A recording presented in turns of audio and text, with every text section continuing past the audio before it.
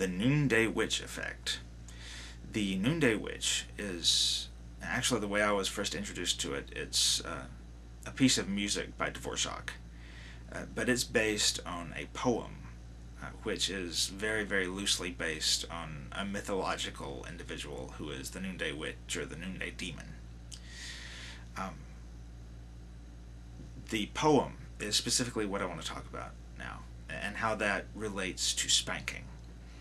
In the Noonday Witch poem, a young mother is trying to discipline her child.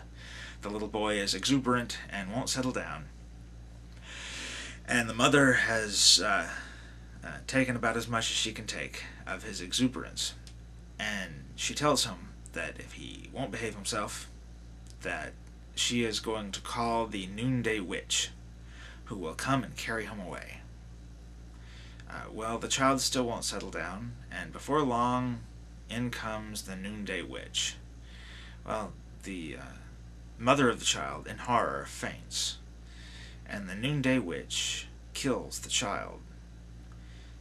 Later, the father comes home and finds his wife still unconscious, holding their dead son in her arms, and he revives his wife, and they both weep and wail over the death of the child.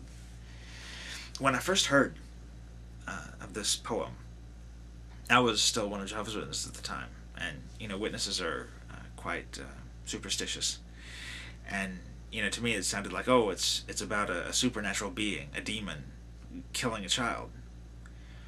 When in reality, if you think deeply about what the poem means, it's not about a witch or a demon or any supernatural entity killing a child at all.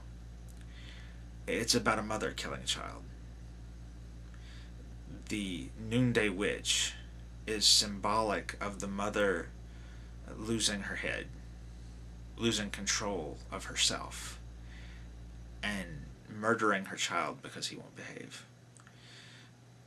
You can also tell that she's not a bad person in all, that she does love her child, because after having done what she did, she's holding the child in her arms and faints out of grief.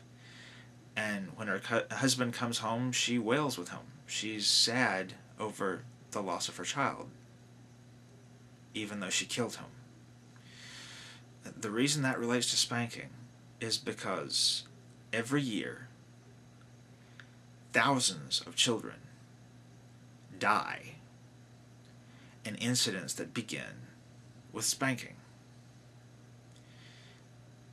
Others are seriously injured because of incidents that begin with spanking. And these aren't necessarily bad parents. They are parents who don't know how to deal with their children, and they've been told spanking is a way to get obedience, and it doesn't work. And they spank more and they spank harder, and they may even take out frustrations that don't have anything to do with the child on the child. And it leads to the child's death, because once you start hitting someone and you don't stop hitting someone, death can result. I've said this before, not on YouTube, but I've said this to individuals, and I've said it in places where I've written objections to spanking on the internet.